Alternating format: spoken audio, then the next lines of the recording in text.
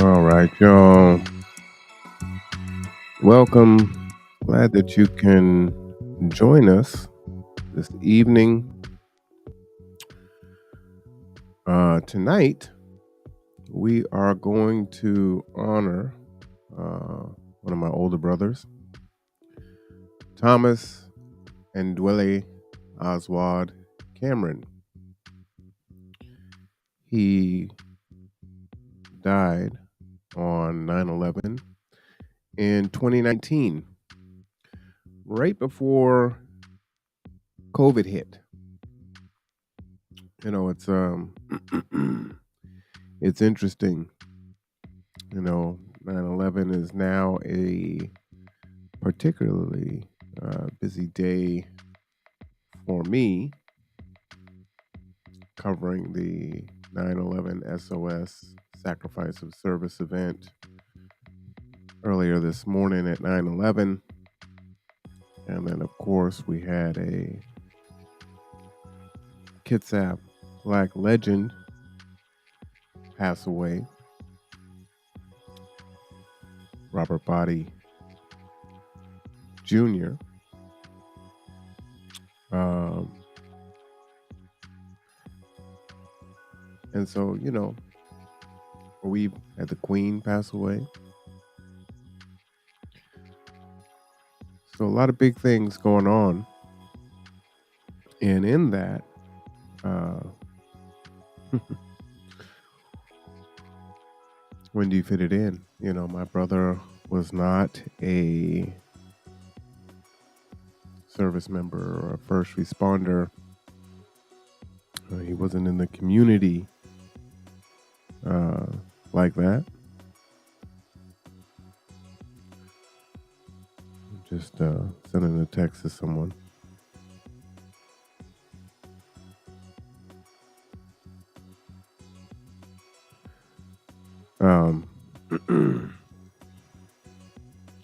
And so you still have to get done what you got to get done. And, it's just interesting because people may not have any idea what's going on with you unless you let them know, right? You put that smile on and you get it done. But that's what's required. That is part of manhood. A lot of conversations around manhood the last several days. I think very important for the folks that I've been having these conversations with. I think they have found them to be helpful to them and help them to gain understanding as they try to navigate the world. But my brother, born on Christmas Eve, Christmas Eve, baby, 1970.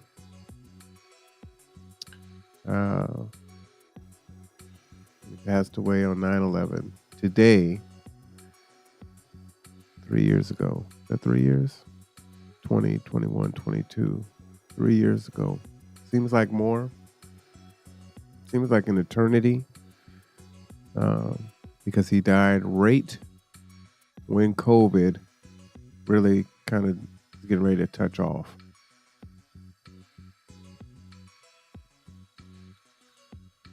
As some of you know, my brother died under suspicious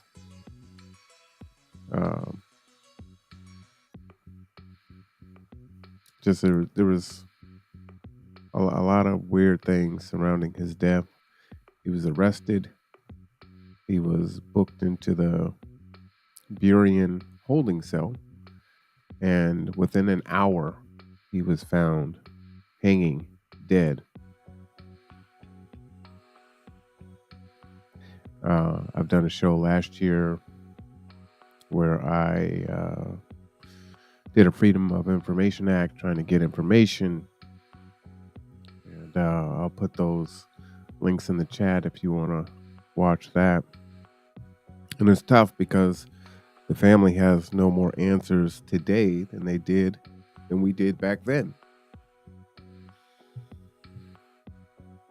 So So still shrouded in mystery, and because of his background, you know, no big deal, right? Although my brother had everything to live for, was thriving at the time of his passing. So to us, his family and friends, it seemed quite unlikely that he would have taken his life.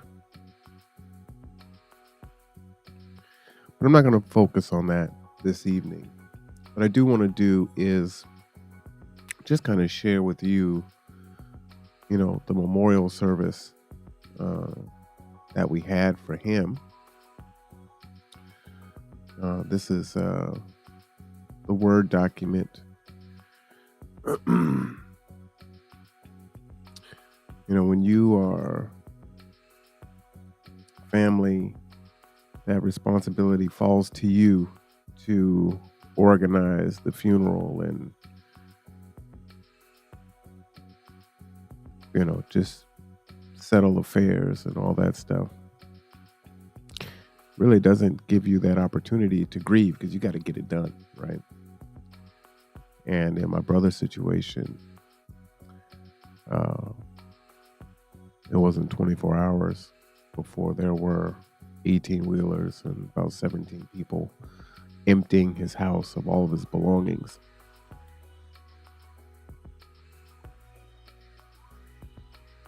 Very difficult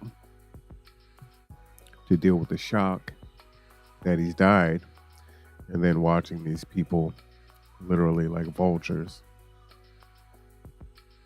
stealing all of his possessions. And you don't know what you're walking into. And that was my experience. But let me share a little bit about my brother. So this document here is for the service, and it's kind of crude here. Thomas Andwele Aswad Cameron. I actually was at a barbecue with CARE earlier today. Shout out to them. And I introduced myself. I'm Marwan. And, folks ask you kind of, it's Arabic. Well, as you know, my father adopted us, and about 17 of us. And he changed our names. If you were too young, your name was changed. But if you were a certain age, you could decide whether or not you wanted to change your name or not. But he would typically give you your middle names. And I can't remember what Andwele Aswad means. But those are the middle names given to him by our adopted father. So as you can see here, December 24th, 1970, ascended September 11th, 2019, in Burien. We had a service for him on October at 1 p.m. at New Horizon Missionary. Shout out to Pastors Emeritus Mac and Rose Litton. So we had a musical selection there, Quiet Understanding. My childhood friend since the age of 9, third grade. Rod McGrew, he read the New Testament, 2 Corinthians 5. Shaylin, shout out to Shaylin. Known her since junior high school. She read the Old Testament, Psalm 57. There was a prayer and resolutions and acknowledgments. A video tribute. I'll show some of those videos probably. There were some reflections. We wanted to limit to 3 minutes per person. I gave some family reflections. Rod gave some family reflections. We told a lot of crazy stories growing up with Tom. I was just telling someone the other day that I think that he had a genius intellect. He didn't necessarily use his powers for good, but he was smart. He was smart would be an understatement. He did a few very long prison terms. And one of the prison terms that he was down, when he got out, there were smartphones. And, it's like the Jetsons, right? He goes in, there aren't any smartphones. He gets out, a decade later, and now there's this new technology. But when I say genius intellect, it didn't take long for him to, and if you can remember back to the Motorola flip phone, Tom was able to clone the phones and sell the phones. He was selling these phones for like $150 a piece. They would only be on for like 30 days. And they weren't being sold to, you know, folks in the hood or things like that. They were sold to business people downtown, making six figures. When we were kids, we're kind of old, as you can see, 1970, the age of boom boxes and D batteries. My brother put screwed an amp onto a boom box and put even more batteries into it to really make it had an equalizer on it. I mean, just ridiculousness. But he would take things apart and understand them, and he can put them back together and, improve upon what it was. Never went to school. Just had this innate ability to understand how things worked.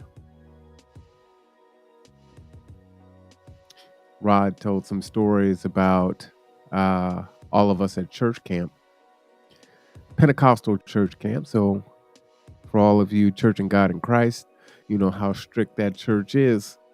But we would go to church camp, once a year, I believe, in the San Juan Islands. And it was super strict.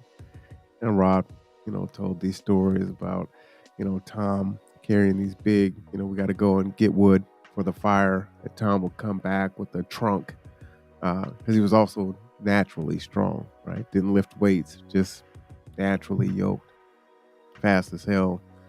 I saw another story about him. It's so interesting when, a person is in your mind and it's, close to the time of their passing. Just naturally, these stories come out. And I wasn't really thinking about Tom, earlier today, when I'm in the midst of trying to get stuff done. But one of the gentlemen I was speaking with was talking about, his son, training his son and cross country and this and that. And I'm like, oh yeah, man, my brother used to run cross country, but he was also fast. So not only did he have distance, but he was also quick. And I remember a time when we ran away from home. He had talked me into scaring my little sister. We had when you had the cassette tapes, and if you pull out the tape and it's kind of balled up, kind of looks like a spider, right? So to a little kid, you could scare, So my dad comes home, and I remember being on the stairs, and this is back in the day when they still beat you, So Dad started to whip me on the stairs, and then he goes up, he yells at us, whatever. He tells us to go get in the shower. So I get out the shower, and I'm like, man, Dad's bed is perfectly made, and there's nothing on the bed but a belt. And I'm like, Tom, he's gonna whoop us. So it's like, oh, we got to get out of here. So we ran away. Me and Tom ran. We were out for about a week. We tried to stay with the neighbors, but my dad knew all the neighbors, so he's gonna tell the neighbors, like, if you get in the middle of my parenting and you shelter my kids, then you better be ready to take care of them. So there was no room at the inn. We had to go. We got a night, and then our friends' parents were like, yeah, I'm sorry, we can't be going against Reverend Cameron, so sorry. So we ended up in this shack in the middle of the neighborhood. So we lived in Mount Baker at the time in Seattle. And so just think about a traditional square block. Well, in the middle, one of our neighbors had a shed that they didn't use. And so we're sleeping in this shed. We got a couple loaves of bread, a few Walla Walla onions, and it's cold, right? And so my brother had some candles, and he had the elbow piece of a gutter system. And so he'd put that over the candle, and that would, blow some heat out. So we did that for about a week. So we decided we're going to go ahead and try to sneak into the house while dad's at school because, he's teaching, he's a principal, he's doing this stuff. We're going to sneak in the house before he gets home. Man, my dad hit that corner like Starsky and Hutch. Them wheels was going. We took off running, boy. Now, we started together, right? And like I said, my brother was fast. Now, back in the days, I was rail thin, right? I didn't get like this till my adulthood, but I was real thin. And I like to think that I was quick, but I had nothing on Tom. Tom was gone. He left me, right? Tom was like a block and a half. He was gone. But I tell you what, man, that was my older brother, and he would get me into trouble quite a bit. Always try to, hang out with Tom. But he would try to trick you. He had all these tricks for you, doing all these crazy things. I remember, I think I told this story at the memorial service. You're a kid, free money's great. So he says, hey, Marwan, you want this 50 cents? I'm like, oh, yeah, of course I want the 50 cents. I'm probably 10, 11. Well, little did I know, he had the iron sitting on the quarters for like 3 or 4 minutes. So I go and I grab the quarters and they're just burning hot, right? Oh, he laughed his ass off. He just thought that was so funny. That's what Tom would do. I hate fireworks because he would take the fireworks apart, take the Roman candles apart, create different fireworks out of them. And, he would aim the fireworks at you. Somehow he had caught my pant leg on fire. So I'm not a fan of fireworks. He traumatized me. It was weird because my whole pant leg was on fire. I was able to put it out, but it wasn't like I was burning. It was really weird.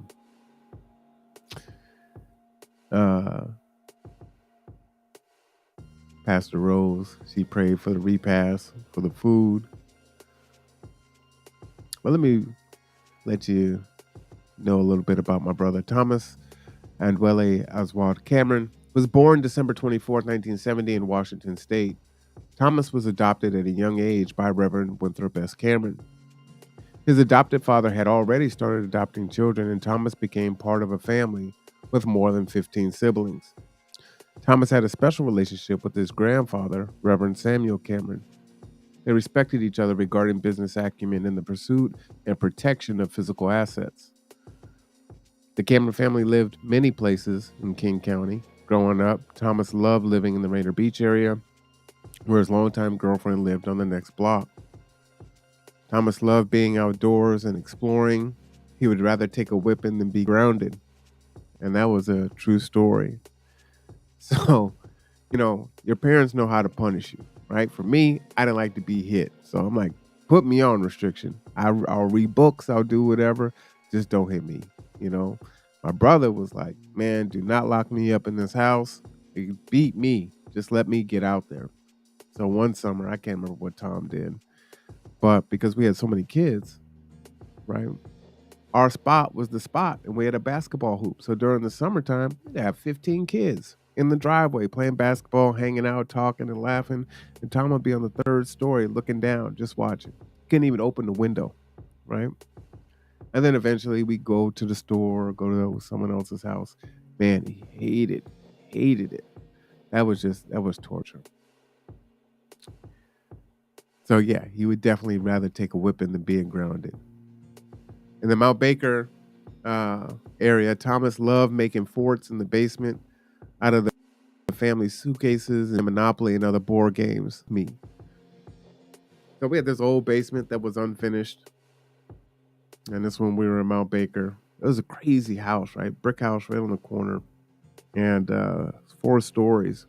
And it had a laundry chute. So we'd throw all this stuff from the 4th floor, just watch it drop all the way down. But It was a place for he and I to escape. And so since there's so many of us, we had so many pieces of luggage, we would just stack the luggage around us and just encase ourselves in this, luggage fort.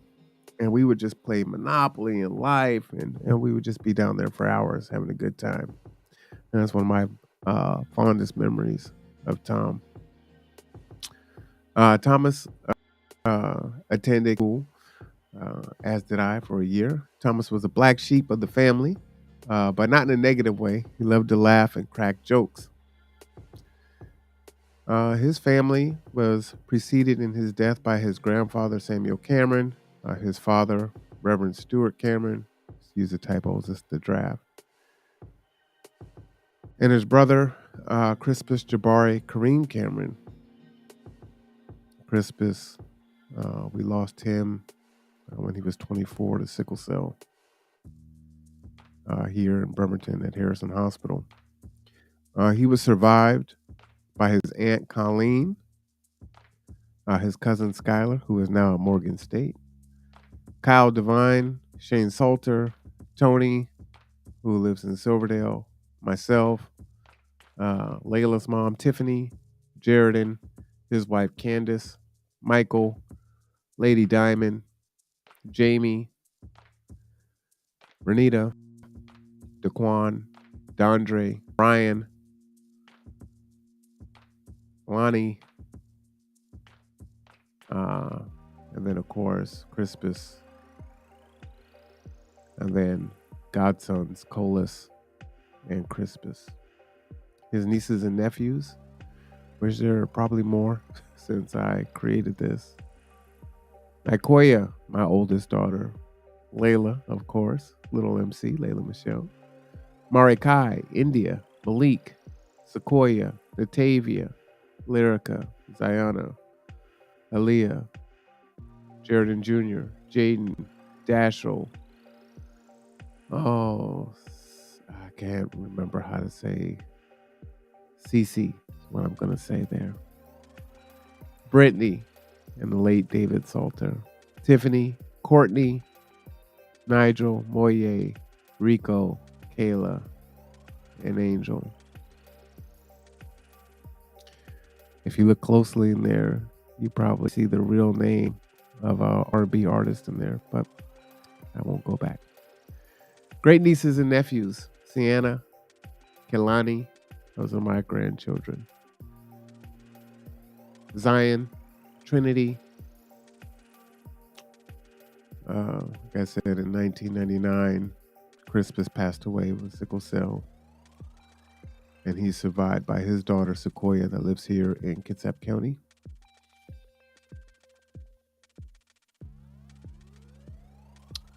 These are some of the reflections from friends and family on that day. I will always remember my friend Thomas, or his street name JT, Jack or Tom, because he could steal pretty much anything. For his tricked out cars, strong love of music, and ability to craft and fix things with his hands. JT and I met at a mutual friend's auto shop a few years ago. JT would show me these different gadgets and performance parts that he had on his car. In return, I would show him some of the stuff that I had changed out of my car. It was through our mutual love of cars and tinkering on them that we started to hang out. And through the years, we would embark on our own car projects together. We'd figure out how to do something on my car, then we'd carry over to what we learned and perform the same task on JT's car, and vice versa. Most people knew JT through his love of cars, but his biggest passion was his music. Speaking of his cars, I was talking to Pastor Coleman the other day, and I don't even know where this conversation came from, but he was reminiscing about, the meals and the parties that my dad would have here in Bremerton at Old Abonica Hall. And he talked about how Tom, came up with this car. He's just showing it off, and, he's so proud of his stuff. And, Pastor Coleman couldn't remember what kind of car it was, but he had a cyclone truck. And man, what was that car? Now I can't even remember the name of it. I remember the name earlier. Now I can't think of it. but he was definitely known for his vehicles. The faster, the better. But his biggest passion was definitely music. Thomas introduced me to a world of hi fi audio and got me hooked into trying all sorts of audio systems on demos at the local store, and would often play music on different equipment for me at his house every time he acquired some new gadget. From his love of audio, it taught me how to discern nuances when listening to these various systems. Now, when we talk about Tom being an audiophile, we're talking about a $15,000 or $20,000 turntable. Just the turntable. $10,000 speakers. He could hear things that it didn't matter how many times I listened to it, I couldn't hear what he was hearing. But it was so crisp. And he had so many vinyls. Just every genre of music. I mean, it was an impressive collection. And it's in great care with one of his closest friends, which, they consider Tom family. And I'm so appreciative uh, that he had them in his life. For those of us that have grown up in foster care or been adopted, can understand how isolating that is, especially if you don't have any connection or ties to your birth family. Someone was talking about when you're in school in elementary and they want you to do your family tree, and you know some of us can't do that. When conversations are had, I don't have the same experiences as the typical person. Tom doesn't have the same experiences as a typical person. So everyone holds up mothers in such high esteem. Queens, NAACP event yesterday, right? Supreme. That wasn't our experience. Our mothers gave us away for whatever the reason. And we were adopted by a single man who never married. And he never married because although he was an awesome man and he had suitors, they just couldn't get past the fact that he kept adopting all these children and he was driven by that. So we don't have the single mother experience. We do anything for mama experience. We have just the opposite. But when you have these conversations, whether it's a single mom or a two-parent household, the conversation isn't centered around dad, single dad, no mother in the household. That might give you a little insight into me and maybe him. One project that we talked about together for a long time was upgrading a sound system in our cars with some hard to find parts from Europe. I first pulled the trigger and installed it on my own car. Right after putting the new sound system together, I called JT and he said he had to listen to it immediately. I went over to his house and JT gave me a reference CD so he could listen to his own music in my car. But it was also from the CD that JT could discern after just a few seconds that after I put the audio system in my car, he had to have it in his car as well. It's this spontaneous personality that JT possessed that was so fun to be around, and he was like that wherever he went, and that's facts. Tom was like, "Let's go," and what's so interesting, like I said, he had his run-ins with the law all the time, but he didn't care. I mean, he would race his cars, he'd park in the fire zone, he'd show us all these aftermarket alarms and bells and whistles that he put on his car and have it blaring in front of high-end restaurants. I mean, Tom was off the chain. It's like, Tom, man, you really want to bring heat on you? Like, yeah, Tom's just Tom. Like, let's go. uh we'd often travel to car and audio shops together working on our next project. One gift that JT possessed was his infinite knowledge of tools and how handy he was with projects around the house. He could do anything from building special ramps so his low car wouldn't scrape, to fixing proprietary hinges on a refrigerator, to changing out electrical panels in a house. He was a master of being able to sort seemingly difficult tasks without much effort. Like I said, I really believe that my brother had a genius intellect. If it was ever tested, you know, there's no college, no engineering degree. He just understood how things worked, how things went together. Then it didn't matter whether it was mechanical, electrical, he understood it. I mean, it really truly was a gift that he had. I will forever cherish that time that we spent together and all the stuff we accomplished together. He was always so thoughtful and helpful. He was the first person to show up uh, after getting broken into to help secure a window or a door. He was the first to assist me after getting into a car accident. I know that from the knowledge that he shared with me, along with his big heart, that I will always remember how great a person Thomas was. And he really did have a big heart. And he had this childlike wonder when it came to, just these really cool things, you know.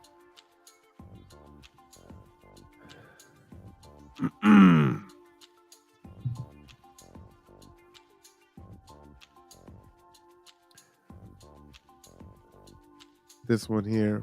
I remember when I first joined the family, I was about 5, going on 6. Tom and Marwan thought it would be funny to scare me, their new little sister. So, see how I remember it differently? She said they took some peacock feathers and black electrical tape to make a spider. See, I thought that it was cassette tape. It scared the mess out of me. I ran screaming. Now, what's so funny about this is probably more accurate because Tom would absolutely make something versus doing something, so simple as just a balled up uh, tape. Oh, yeah, that's probably how it was. They scared the mess out of me. I ran screaming when Daddy found out what they had done. He whipped them. Yeah, he sure did. They were so mad at me after we later got over it, but that's how I learned that they like to pull pranks. Whenever I think of my brother Tom, I remember how he couldn't stand still. Yeah, he couldn't stand still. And he was full of laughter. He literally would like walk on the balls of his toes. He was ready to go all the time. He knew how to really enjoy life. I will miss him and the chance to know the man he grew up to be.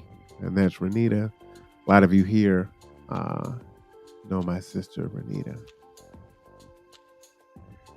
So interesting. I didn't live in the Cameron household when everyone first moved to Bremerton. I was gone. I actually wasn't part of the Cameron family from 14 to 24.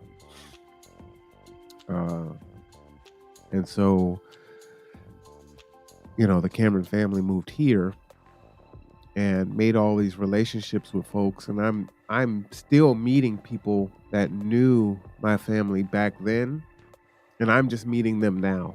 So shout out to Jewel. I didn't know that she had grew up with my sisters and knew that.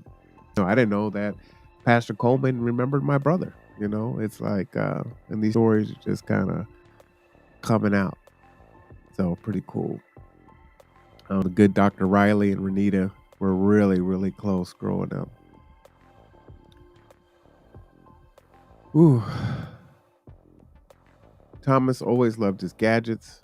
I would come home from work and he would be downstairs blasting his music. His cars were his pride and joy. He was always so organized. I remember when he first came here to see Marwan, and it was the same day he called me mom. And from that day, he attached himself to me. He was always so organized and had everything in his place. This quote is from Faye. This is one of my foster mothers. So, like I said, when I left the Cameron household at 14, when I got out of incarceration, I ended up spending a little bit of time in Echo Glen. But when I got out, I think I was 14 or 15. I went back into foster care. I actually didn't want to live back home. And so I lived in a number of receiving homes and foster homes. And I can tell you some horror stories, being locked in basements and some other things like that. But one of my foster homes, and one of the only families that I actually still talk to, you might meet her uh, at the next game night. Actually, she was supposed to come last month, but we changed the time last minute. She's coming from Seattle, so but you'll love Faye and David. Um,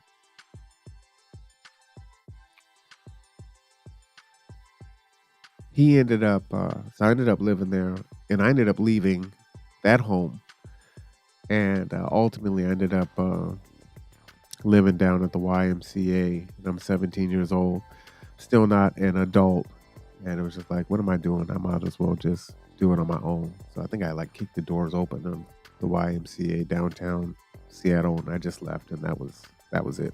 I'll just do this on my own. But my brother ended up moving into my foster home. He made that relationship, um, and yeah, there was just that connection that was there. Um, so that was Tom. You know, that was Tom. And so that was just a few of the stories that folks shared about Thomas. If you met him, you never forget him. Today, I would say, was pretty difficult, and one of those reasons is I do a really good job of compartmentalizing what's going on. Right, I've got a job to do. I need to make sure that the audio and the visual is doing what it's supposed to do, and folks are in their place, and making sure that everybody else is okay mentally, whatever the case may be. And so as you're doing that, you just gotta, like I said, you gotta do what you do. And I got that from my dad for sure. And I'm gonna just kind of let this play in the background so you can see some pictures there. Whoops, let me slow that down. It's like way too fast. I don't want to go that fast. About 1.25. How's that? But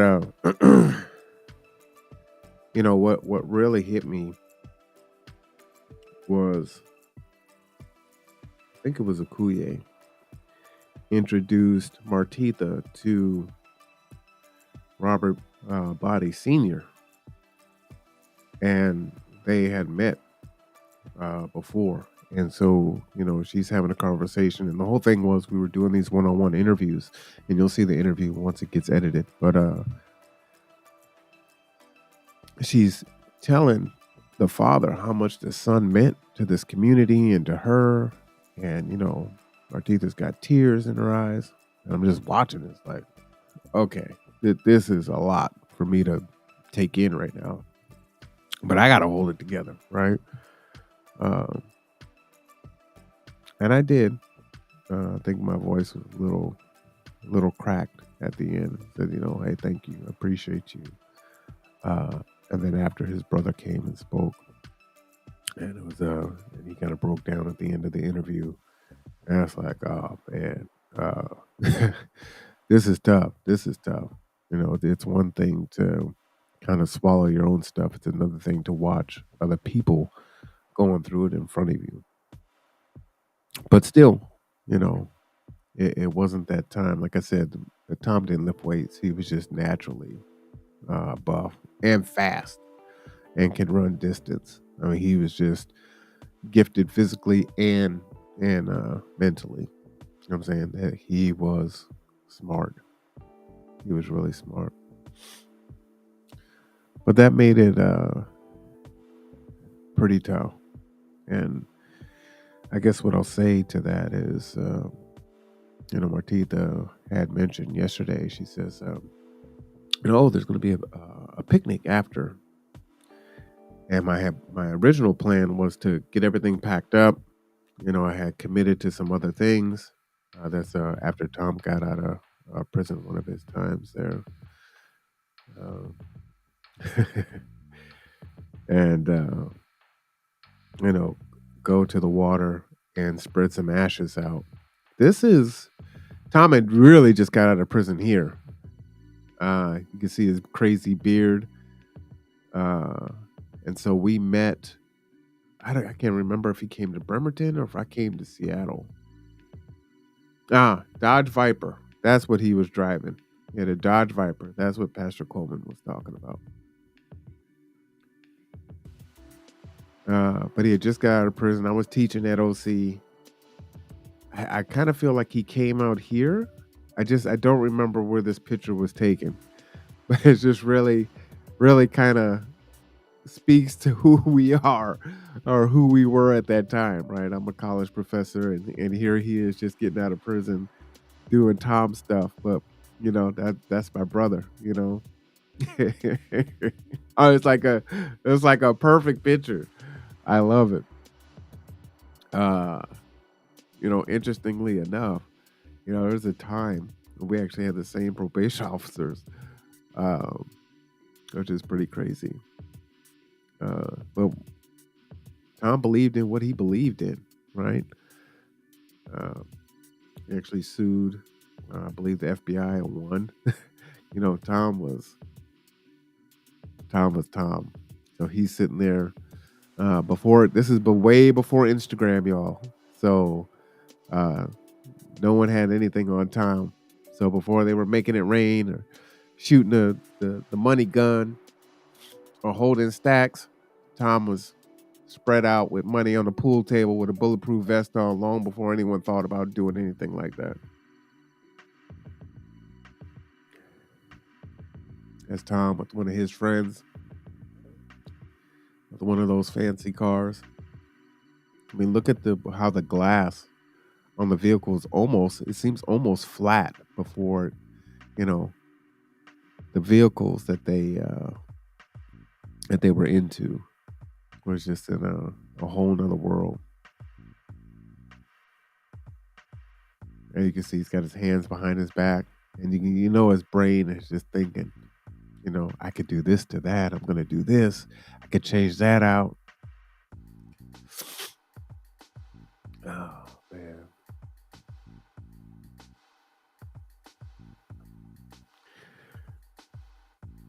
When you think of, the Queen and Robert Body,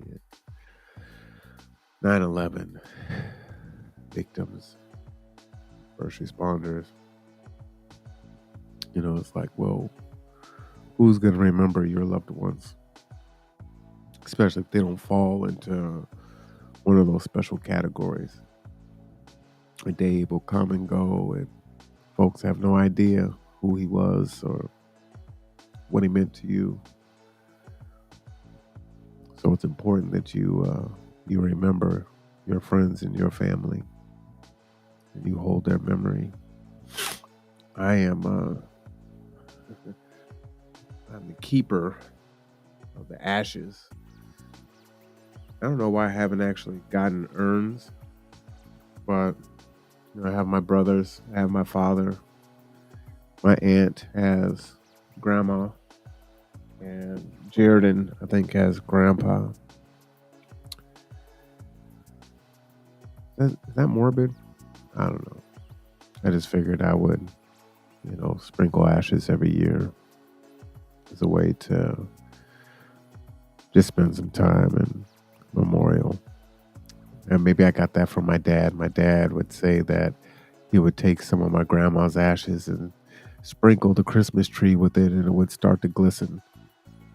I don't know if that was cap or not, but he would tell that story all the time. So it's like, well, maybe that's where I got it from. It just goes in, stuff happens, and it is what it is. So you never know. You never know. But like I said, I'll put this. This is right before Tom passed. It's so interesting because when my dad passed, like the year before, the 2 years before, something made me get on a plane and go see my dad. And I don't like the snow, so I went to DC during the snow, and I don't know what compelled me to go and see my dad, but I went to go see him. And I mean, I just turned up. I stayed in a 4-star hotel. I was at the Washington. And 6 months later, my dad was gone. And again, I got on a plane. I landed. I met my brother and my other brother. That's Montez. Shout out to Montez. At 13 Coins, which is my favorite restaurant in SeaTac. So I get off the plane. Tom's like, "Hey, man, I'll come see you." So I'm like, "All right, meet me at 13 Coins." So I hadn't even been home. And then he was gone 6 months later.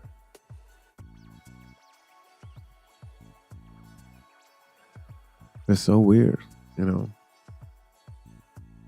think I definitely believe that's God giving me an opportunity to say goodbye, because I wouldn't have had it otherwise.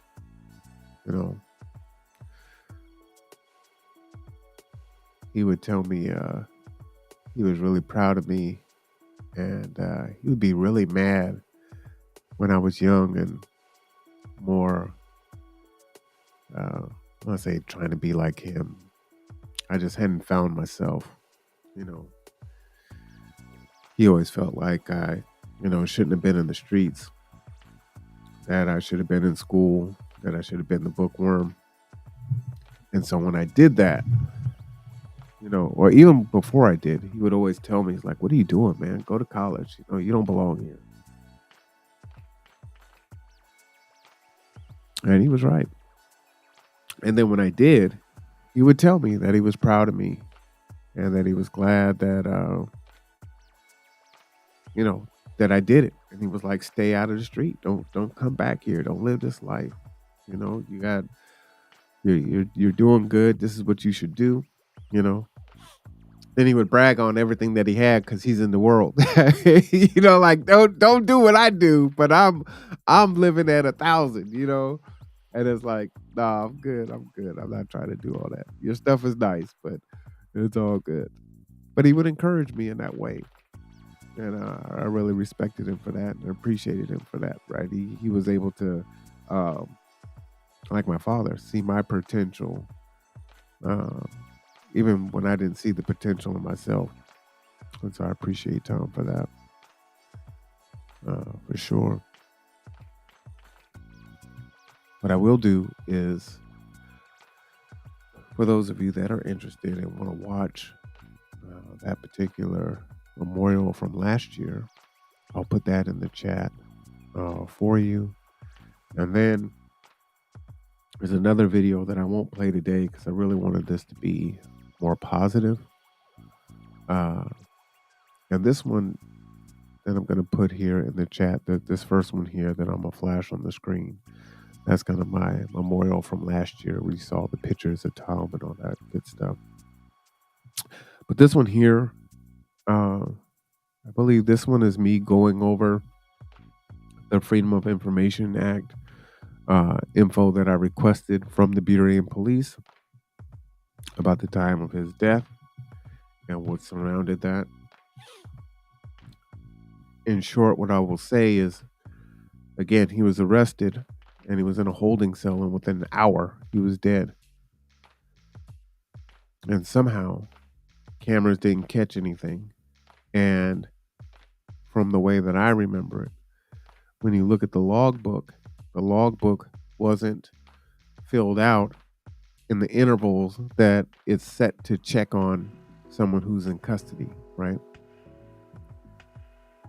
On top of that, they claim that the reason why it took them so long to get into the cell was they knew about Tom's previous history of fighting police and things like that. And so they didn't want to go into the cell until they were ready with the tactical team to go in there. And so they actually put that in the statement. But My thought is, so how do you have information on behavior that my brother did in prisons that weren't even in this state, but he's in a holding cell here in Burien? Like I said, very strange. Unfortunately, uh, I'm not really sure who to reach out to get assistance on this. In the second link, you'll see uh, there are a few articles that I shared where uh, in 2019, just really weird. All of a sudden, black men were being found hung all over the country. And it was just really, really bizarre. I think that's like minute 52 here.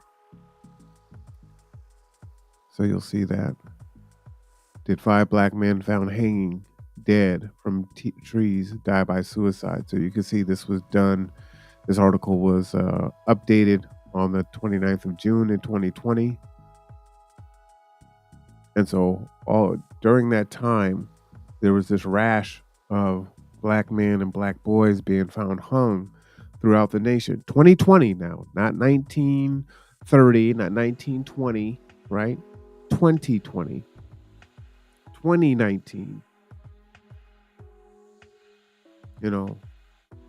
on swing sets with their hands tied behind their back, just weird stuff. And unfortunately, my brother was found hanging during this time frame from the 2019s to the 2020s.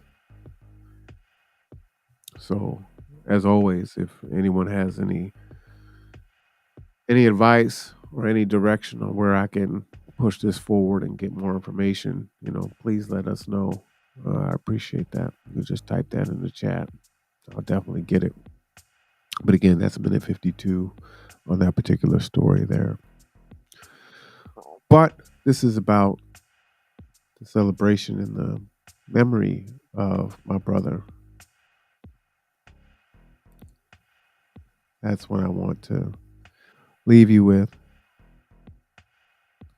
This is me and Tom. And like I told you, remember when I was smaller, I was a rail, I think I'm 6 in this picture, and Tom is probably 9. He's 3 years older than me. So, or maybe 6 and 8, because if this isn't Christmas, then he would still be 8, right? So probably 6 and 8. But that is my brother Tom. And today is his anniversary of his Ascension Day, September 11, 2019. 2020, 2021, 2022. All right. Well, to all my friends and family, thank you for joining me today on honoring my brother. I wasn't going to let the day go past, but when much is given, much is required. My dad would say life is for the living. He would tell me that all the time. Say, Dad, don't you want us to do this? And don't you want us to do that? And he was adamant about that. Like, no, son, life is for the living. Live your life. Take care of your children. They need you. Do what God put you here to do. And so I do that. But it's still important for me to stop and reflect. Someone always needs to have that person in their lives, even when they're gone. They're going to memorialize them and think about them and hold them up. So I thank you for joining me. Wish you could have known Tom. Definitely miss him.